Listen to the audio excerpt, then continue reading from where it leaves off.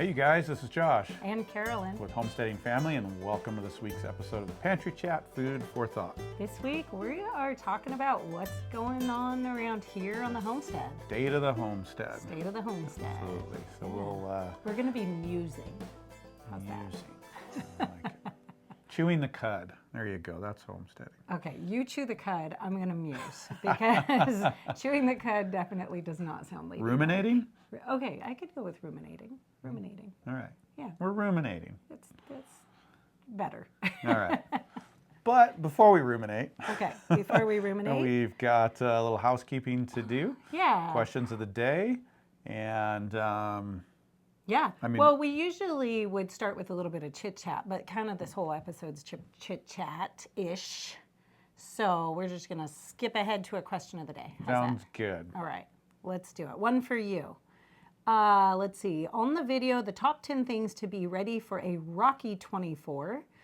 Thank you for sharing in a positive way. I do have a question about water storage. Water goes stagnant after a while. What would you recommend? Okay, well, let's go to the beginning. First, you want good storage container, nice and clean, food grade plastic, BPA, all of that good stuff. You can sterilize those. You can wash those out and clean them with a water purification solution, a bleach solution, multiple ways to get it done. So start with good, clean storage, the appropriate container, as well as good, just clean water, right? You might even filter the water first if you can. If you're just storing your city water, it's probably already chlorinated, which, while we don't generally like that, kind of helps it in this condition. And store it in dark, cool, as cool as you can get, temperature stable place. That right there is going to get you a long ways, at least 6 months, no problem. Even after that, if it's stored well, hasn't been opened, your water is going to be pretty good if you didn't have anything else. Now, there are purification tablets that you can get that makes that water good for 5 to 12 years as well, if you want to go that far and you're doing that kind of storage. I'd prefer to have a supply that we're rotating out. Once you go to use the water, the best go-to to be safe is a filter, ceramic filter, something like a Berkey works great. That's what we've used for years and years and years when we've needed it. We've used it on the homestead for spring water we weren't sure about. We've used it in the city. That's water that's been chlorinated, fluoridated. Love the Berkey. Berkey's a little hard to get right now, but there are multiple options out there. Nice thing about the Berkey is they're good, reliable filters. The big ones take 6 gallons, and you can do about 6 gallons in an hour. So if you're needing to do quite a bit of water, that thing really performs well for you. No mechanical parts, not complicated. That's the way to go. Another way to purify your water is to boil it. That's certainly for biological agents, best way if you don't have a filter.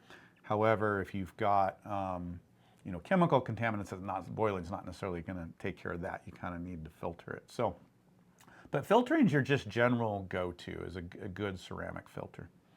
There you go. I'm going to just give a little plug here because we are just about to start an emergency preparedness challenge over in the Homestead Kitchen membership. We're going to be jumping in on getting your first aid kits together, getting your food storage together, making sure you have your water backup, and we actually have full worksheets on getting your water storage in order. And Very cool. you're talking about it from one angle, which is to store it and then to filter it right before use. There's also the other side of doing it, which is to get it stabilized, and then you don't have to filter it right before use. That's another way that you can approach it. So we talk about those methods inside the Emergency Preparedness Challenge that's coming up. So if you're interested in that, we'll get a link below for the membership to you guys. So Very yeah, cool. we're going to step through all together as a group. So All right. it's a good reminder for us, I think. Good to keep our own challenge, our own preps up. And sometimes it's easy to absolutely. we gotta, oh yeah, we got that, and then you kind of forget to keep checking them and keep them, is the first aid kit actually still stocked up, and is the food still stocked up, and all of that. And so it's always good to go back through and double check it all. Absolutely, sure is. Okay. We tackling this one? Let's see. Yeah. Karen Spence asks, I'm wondering if dehydrating eggs will work as well as freeze drying them. Ooh, okay. No, not in raw. And the reason, there's a difference between dehydrating and freeze drying. In dehydrating, you're adding heat. In freeze drying, you're freezing. You're getting extremely cold, right? So frozen raw eggs stay safe. They don't grow bacteria. However, heated raw eggs over a certain amount of time will definitely start to grow bacteria. And so, so it's generally considered not safe to dehydrate raw eggs at home, but it is considered safe to freeze dry raw eggs at home. So it's a really good question. If you have a dehydrator and you're interested in doing eggs, one thing you can safely do is you can dehydrate cooked eggs. So you can like make scrambled eggs and then dehydrate those. It obviously doesn't give you the same product because what you end up with is cooked scrambled eggs that you rehydrate. Right. So it's not the same as like a raw egg powder that you can then bake with and all those different things. But it is something that you can do if you want to put up some eggs in, you know, by dehydrating. Yeah, and it works. If you don't have a freeze drying definitely the texture, everything comes out a lot better. Yeah. As the hungry guy here that eats this stuff, freeze drying comes out a lot better. But we've done a bunch of dehydrating. I've done a lot of dehydrating before we had a freeze dryer for eggs, especially for hiking, camping, hunting, and it works, and it's decent when you rehydrate it. Yeah. Yeah, I mean, so it it's definitely works well. viable. Yeah. If that's your option, if that's what you have, then definitely use it. Go with it. Cool. We Okay. need to take a moment and say thank you to our sponsor today for making this episode of the Pantry Chat available, and that is ForJars. Yeah, ForJars has all sorts of amazing preserving supplies and equipment. And they're definitely something, if you are into preserving, they're definitely something you're going to want to go check out. They have vacuum sealers. Yay, really good vacuum sealers. They even have, and ones that are specifically ForJars, I guess, is that's hard to say. Vacuum sealers. ForJars has vacuum sealers that are for jars. So, you know, that can be hard to find, especially if you're into dehydrating or you're getting into freeze drying more and more. We're doing a lot of freeze drying, so we're using a lot of, the vacuum sealer comes out a lot. Let's just say that. So it's really nice to have the ones that are for the canning jars or the attachment for the canning jars, because then you can use the canning jars that you have to store the food that you're preserving, which is really nice. You don't have to get specialty bags or anything like that. So they have that. They also have, I know I've talked about it before, but it's just my favorite. It is a non-electric, non-battery, non-anything digital, electric powered, anything. Analog. We've come to refer to anything like that as analog anymore. Hand vacuum pump. I love it. That makes me so happy. I don't know why. It's just one of those things that just tickles me, is like all of this technology, and look, we can just do it by hand, and it's never not charged. It's never missing its charging cord or where's battery. Needing a code update. Oh my gosh, yes. You don't have to log into anything. It's wonderful. Technology's nice, but it's good to just have some good old-fashioned tools. And let's see, ForJars is giving you guys, our listeners and subscribers, a discount, 10% off your order. Homesteading Family 10. Make sure you enter that code. Like all one word there? All one word. Caps don't matter, I don't believe. And you get 10% off. So thanks, ForJars, for making some good products for us homesteaders and helping make this episode possible today. All right. Yep. Well. All right, State of the Homestead. Welcome to mid-January. This is the season for the state of things. We just had our State of Idaho from our governor. We did? I guess we don't really get a State of the Union right now, but we're getting we'll be getting messages, right? Because everything's changing hands here. So it's the state of things. It's the state of happening things. right now. And right now, it's the state of the homestead. Well, what's your take? What is the state of the homestead? Oh, well, you know, this time of year we're past the holidays, obviously, so that the focus starts to shift. This is like digging deep to winter time. On the homeschooling side, we are taking weeks where we are like doubling up on lessons every single day, because it's kind of this moment where everything goes back to normal schedule, And there's nothing exciting to take our focus away like gardens or sunshine or warm weather or anything like that.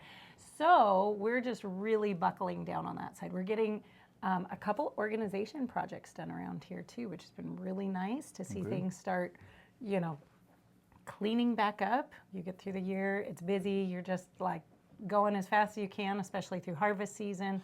And so this is a great time of year to take some time and like focus in on getting it all reorganized. So we've been working on that, and that's really a focus. But I think usually in January we're really working on planning for the next year. Usually we are. We're usually a little further ahead, maybe in garden planning and seed ordering, which we should probably get on the seed ordering.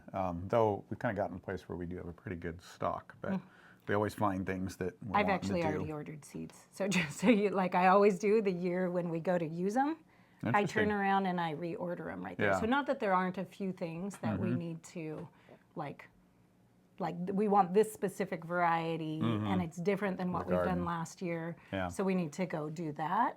But Oh, I've good. now Well, just you're- gotten to where I you're on keep it. a year's worth of stock up because I just don't want to get in a situation where something, you know, another COVID event, right? Something kind of happens and then everybody who has never gardened thinks that this might be the year to garden and they buy out all the seeds and we haven't gotten our seeds yet. So You guys remember that? yes, it's Keep a up, good keep up on your policy. seeds, along with I don't know, toilet paper, you know, and Hydrogen everything else. peroxide. Right? Yeah, it's just good. You know, you want to call me a hoarder? Oh, I think there's just we don't wisdom. hoard, we just have what we need yeah, for a year. I think there's wisdom to all. just be ahead of Yeah. the curve. Yep, Yeah, always. That's it's part of always a- living prepared. always a good idea. Yeah. So good for you. You got seeds ordered. Great. Yeah, yeah, and I think you've been working on the poultry orders for the last little We bit, actually right? have all of our birds ordered for the year. Yep. Yeah. So I guess we are doing a little. Maybe we're just We are. in a rhythm. We just haven't sat down as much as And like as we planned it. usually do. As we're usually sitting down and focus. But this is the season for that. And I'm actually, you know, you're ordering seeds. I've ordered chickens. I've actually taken a walk this morning, just looking over things, thinking about you know what we need to do. I think part of it is that we're not doing major projects this year. Yeah. And so I'm not feeling the pressure quite the same of like, whoa, I've got all this stuff I got to stack up and organize and figure out what project comes first and when and How to so make it all come together. yeah, so I think it's good to remember that there's still going to be a bit to do though. So even though we're not doing all the projects and it's going to be a different pace, there's still stuff going on. So But yeah. what you're saying is maybe you're realizing the maintenance mode is restful. Well, it's kind of nice. Yeah, I actually took a walk and I'm just looking around. I'm able to just think without the pressure of like, whoa, man, as soon as the snow melts, it's going to be, I mean, you know, it is. The grass starts growing. We got to get our seasonal fencing up. We got, you know, blah, blah, blah. There's all the things we got to do, but it's a different pace. So yes, I guess I'm feeling that, which is nice. You know, I think there's another change we've been working on that is really going to affect this a lot, and that is that we're kind of slowly switching over to using seed time as a garden planning tool. Trying to. Yeah, love And it. we have a lot of gardens, so it's hard to kind of get it all into one place because it's not just one garden. There's like gardens all over the place. Actually, for me, it's hard. That's an area where it's hard to go digital and go away from analog, my good old pen and paper. Yep, Like, yeah. I love it. Seed time is powerful, so good. So this is not a value thing. It's Yeah. it's a habit thing. Yeah. Yeah, and so trying to switch over there, because there's actually so many benefits to having our garden planning in a system like that. Oh, it's so much faster. It's like you put it in once and it's like you just shift a few things and you don't have to redo everything like we usually do every year. So I think that's going to end up saving a lot of time. We just have to finish like getting it into there. And then maybe we can figure out like printing it out or something so that you can still have your paper. Because I hear you, sometimes it's hard to want to switch to. Here, we were just joking about the vacuum pump, yep, you know, and we it's like like our sometimes analog. it's just nice to have something you hold in your hands. Yeah, And but- write with a pen. And It is, and you always want to know how to do that, but there are things that are modern and technology and digital that are very, very powerful and very, very helpful. And, Yeah. and that is definitely one, because the records all go into it at the same time. Anyways, we love seed time. We don't have to Yeah. make it a commercial about seed time, but No, but I do it's think that good it is this time of something year. to realize that like tools like that can help save a lot of time. Yeah. that's a big Go check it out. They've even got a free version that you can plan your garden with. So, Yeah. for sure. Yeah, definitely. But anyways, yeah. So we're planning. We something going on right now actually is we're having a bull butchered, Yes. and that's a little big for us to tackle here. And Ourselves. Yeah. So we just put the bull down a little bit before I came down here. I was out with the butcher, and I'm a little bummed. I'm a little sad. Yeah. Our butcher, Max, is retiring next year. And he's always been there for us when we're not doing it ourselves, you know, for the big animals and some seasons where it's just been too busy. Yeah. And he's one of those old guys that just has deep, deep knowledge and understanding of his trade, of being around people, animals, and then not only that, he grew up in this area. As a matter of fact, he grew up like literally Like next door. like, yeah, a mile down the road from us when he was a kid. So he worked on our property, and so just super, super neat guy. And I was realizing today that it may be the last time we have him out. Oh, And yeah. so that's a little moment of sadness because he's a super neat guy. It's also a bummer to see. Hopefully, somebody will take up his shop. You know, finding good butchers or finding a available custom butcher in a lot of places these days is tough. Yeah. It was tough before COVID, but with the shift with COVID, so many people came to this lifestyle, raising their own meat. So custom butchers are highly in demand, yet they're not getting trained at the pace that we need them. Yeah.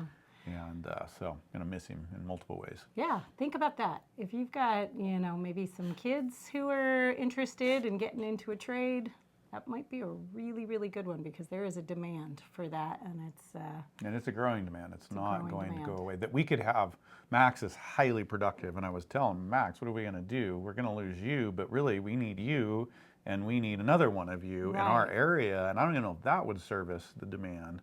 There's such a need here. Yeah. oh, well, hopefully somebody comes in and fills the gap so. there. Hope Otherwise, we're going to somebody get will good pick it at up. butchering bulls. Luckily, that's not something that has to happen every year. But yeah. Well, let's see. I have been thinking quite a bit here. Ruminating. Yes, that's right. I'm ruminating. Musing, ruminating, something in there. About rest. Because we're talking, you know, this year is kind of our rest year. We're not doing big projects. And so I heard something the other day, though, that I guess it was really eye-opening to me. And it was about burnout. We've been talking a lot this last year about homestead burnout, about, you know, the pace that we're on and different things like that, because homestead burnout is a very real thing. I mean, any type of burnout is a real thing. I mean, yeah, honestly. people burn out lots of things in Yeah. life when they overdo it. It's really, you know, I think we talk about homestead burnout. Homestead is harder work in a lot of ways than the average life that people are living, but people burn out from overdoing life all the time. And homesteading is the same. You can do it well, you can do it within balance. Absolutely. And you can overdo it just like people overdo a career or sports or whatever and burn out. So it's not some ubiquitous idea just limited to homesteading. Definitely. Yeah. But it is a very real thing in the homesteading world. it And is. people definitely do it, especially, you know, we're all excited. We jump in with 2 feet and then we're doing stuff and then we're doing more stuff and then we take on more stuff and then you have to live with the maintenance of all of those Having this things. conversation And- yesterday with somebody about just, you know, Just- one thing after another, just piling it on and going for it because And this is what one we of the do. reasons that we're taking a rest year is to head off any sort of burnout. You know, as we start like getting years and years down the road, we've been working really hard and saying, hey, you know, it's time to step back a little bit. But I heard something. Let me give a little context Okay. for people that might not know what Not we're talking been about in following the the backdrop. journey. So while we've been on the homesteading journey for, you know, 20-ish years, we really haven't taken a break from that. And then we moved into this property 6 years ago, this particular property that we're on, and we believe it's our forever property. We're here. Hopefully the kids get it. And so we've been here 6 years, into our 7th. Yeah. And we realized that we better plan in a break. Otherwise, we're just going to burn ourselves out. We are definitely both for- type A yeah. people. We'll just work and work Yeah. and work and, burn ourselves out, burn the kids out, burn everybody out. So we Yeah. just want to make sure that we step back. But this thing that I heard was that burnout is not actually becoming tired. Burnout is losing sight of your assignment, your calling, and it's becoming disconnected with that. And for me, that was a really eye-opening thing, because you see these people who are just like on fire for whatever they're into, whatever the thing is. Maybe it's homesteading, maybe it's ministry, maybe it's all these different things. And they just go and go and go year after year, year after year, and they always seem to be on fire. Those people are rare, I think, but you do see them out there.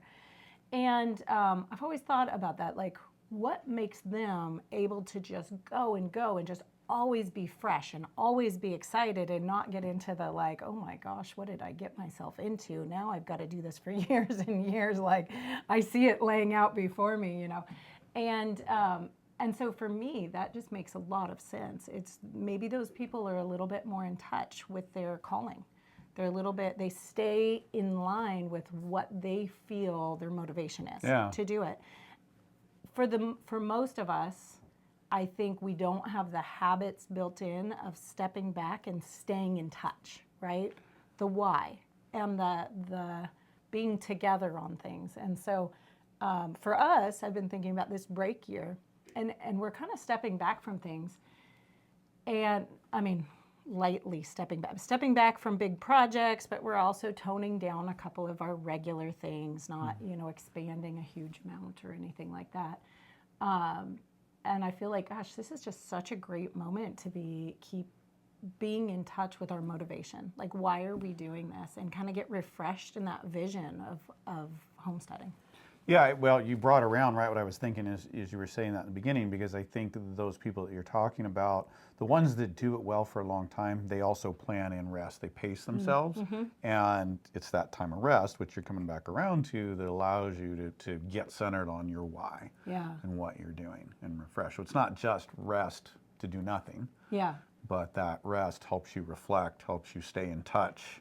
So I would guess that's people that do it well and that have a vision and go after it year after year after year their whole life, whatever it looks like, you learn to, you have to pace yourself. And you have to have these moments of reflection, of rest, of rejuvenation, which is going to help you stay centered on why are we doing what we're doing. Because I think it's the continual work and the grind that you get worn out, because there's physical limitations, and that makes you go, why am I doing this? What am I doing? Because you're plowing ahead, you're pushing ahead at a pace that... Well, I think there's the grind, like you're saying, but I think there's also this, like, it's really easy to keep taking on more things, even the things that don't actually serve you well.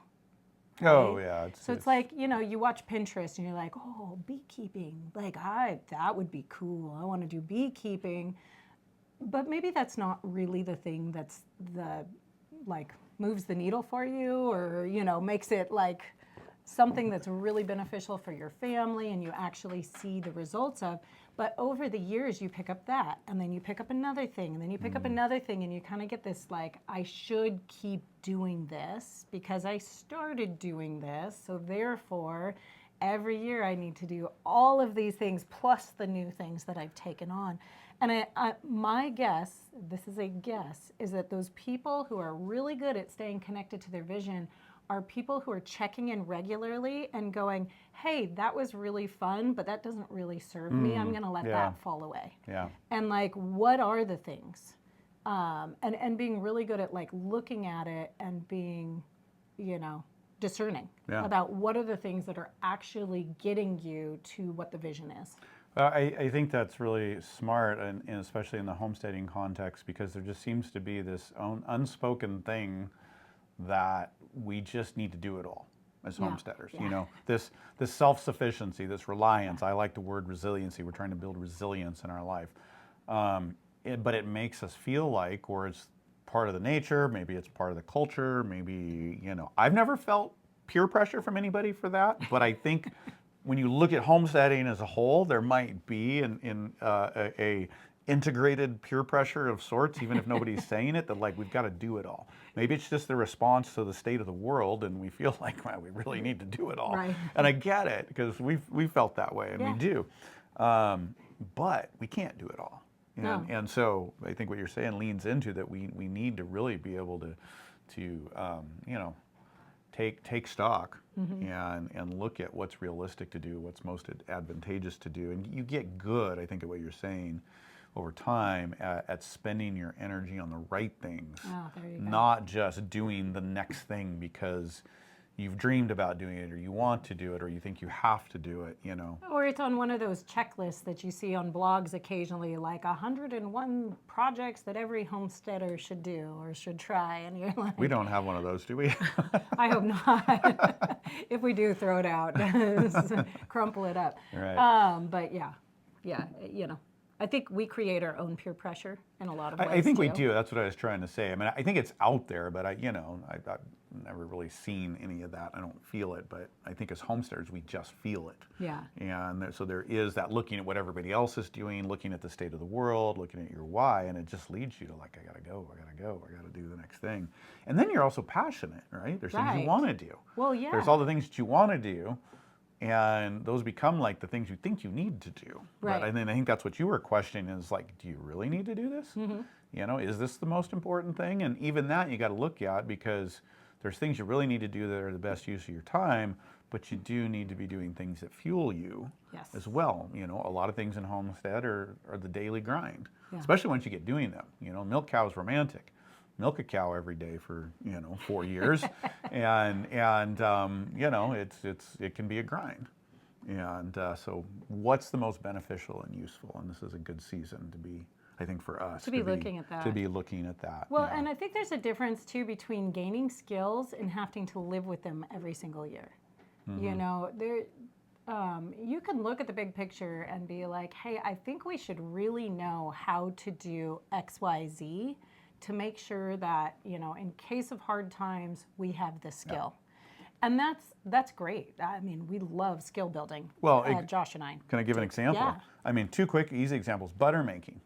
You should know how to make butter without electricity. It's easy, right? And it's a skill. The power goes down, the multiple things, stuff breaks. You really need to know how to do that. Don't make butter by hand every day. That's nuts in this modern life, right? And it's making those kind of choices and gaining the skill, but then using modern technology for day-to-day life. That's the kind of thinking that makes this life doable in the modern world. Well, or even something that you choose just not to do altogether instead of even making the modern choice. Like, As long as I don't have to give up butter. That was the plug for like keeping butter is not optional in this picture. This homestead makes butter. Cheese, okay, we can live with that. Butter, Butter's got to that's stay. important. Something like maybe butchering yourself. Doing the butchering yourself, that is a great skill to have, to know how to do. It's great to have the tools stashed away somewhere so that you've got what you need in case you need to do that. If you don't like it and it's not fulfilling, call And it's the a time butcher. crunch, Call the butcher. When you know how to do it, it doesn't mean you have to live with it every single year if that's something that's a drag instead of something that's like motivating and fulfilling. Right, yeah, you can go back to it if the budget necessitates. You just need to get that cost per pound down this year, or the butcher's not available or whatever, then you can fall back on it. But yeah, that's good. Yeah. Good thinking. So anyways, I'm just contemplating, I guess, a little bit around the idea of rest and what that means and what that looks like. Because what we're not doing is getting rid of all the livestock, not growing a garden, and going on vacation on a tropical island for a year. I'm trying to figure out how not to plant like 30 trees. Can you help? No, I'm so bad. Yeah, he and I are our worst enemies because we're just gonna like egg each other on. Well, that doesn't, 30 trees doesn't really count as a project. That's like a fun thing to do in an afternoon. Right, yeah, we can justify anything, right? Yeah. So we got to listen to our own advice. We have to listen to our own advice, definitely. But building in that time to rest a little. Yeah. And to take some contemplation Yeah. about what really is serving us, and where do we see ourselves going next? Yeah. Yeah, that's really important. So I'm thankful. And I guess kind of coming back around and thinking about the state of the homestead, and I was coming into this talk kind of like, yeah, well, it's a little slow. It's a little slower than it usually is. And like, oh, I think that's actually because taking that time, feeling the effect of that already, even though it's winter, it's already, even though it wouldn't be doing a whole lot more anyways right now because we're under snow and in winter mode, it actually is a little more mentally restful. But even on the planning side, oh, yeah, you're not planning these big projects. Finding ourselves able to think about things a little bit differently and just even have more time to think about it. It's like I don't have to go, okay, spring's coming, you know, it's actually only 2 months away. The pace is different already. It is. And that is nice. Hopefully that does not mean that we're behind on anything. I think I have a few weeks before I have to start onions. I was going to say, we're not that far from needing to get our garden starts in. Yeah. They start multiple trickling things. before long. Yep. So anyways, well, hey, one thing I wanted to tell you guys about, speaking of real things, you brought that up, like not wanting everything digital, like sometimes wanting good old paper assets. Sure. The Homestead Kitchen magazine, the first physical issue came out in January. First regular monthly publication, right? Because we did an anthology last year. We did a special anthology Right. last year. We actually have a brand new one just about to come out, new anthology. But this is the monthly magazine. The monthly magazine. Every month, if you're in the United States, it's getting mailed to your mailbox, and it is a physical magazine. Now in print. So it's really exciting. And we've heard so many of you out there say, I'll buy it when it's physical. You didn't want the digital. We heard you. It's taken a lot of work to build this, and Carolyn and the team have worked so hard to get this into the state it is, and it's there for you, and you can get it in your mailbox. It's really exciting. Very and it's exciting. You know, another one of those things that you can actually hold on to and like get your hands on. But it's one of those things that you're not going to get rid of every month, I guarantee it. You're going to have to start a collection because every month we're focusing on a different food around the homestead and ways to use it fresh, ways to preserve it. There's a lot of education in there. But there's also a lot of inspiration, articles from people who are walking the same walk that you're walking, whether it's in an apartment or on a homestead. But then we have articles from master preservers, master gardeners, master herbalists, like all different people in here who are just really helping to bring the homestead education into print, in your hands. Inspiring and educational. I think that fits into our goals for Homesteading Family. Like, those of you guys who are listening on a podcast can't see this, but I'm flipping through it, and it is gorgeous. Here's what else you can't get. Sorry, I'm just going to keep the plug a little bit because you're not telling about one key feature in a magazine. So most magazines, they're trying to save money. Your paper is thin. Oh, yeah. Carolyn wants this to be able to go with you anywhere. So this has a thicker paper, a thicker cover. It's made to actually use, it's beautiful, but it's also made to use and help you out and take it with you so you can have it in the kitchen open and get flour on it and whatever while you're making stuff. So this is I'm really impressed with the quality that we've put together here, besides the beauty and the knowledge that's in it. It is amazing. Absolutely, and it's definitely that the recipes are meant to be set in your kitchen and be used. They're actually readable on they're full page size recipes, so you can actually read them when you're in the kitchen, not like a lot of magazines where it's like, wait, which recipe was I on? Because there's 5 on one page. Sure. So there you have it. Check it out. We'll put a link for you below if you're not already, because I know we've got a lot of people reaching out to us and being like, how do we get the January issue? We missed it. And unfortunately, we can't do the back issues. So you got to get in now so you don't miss a bunch of them. Yep. Cool.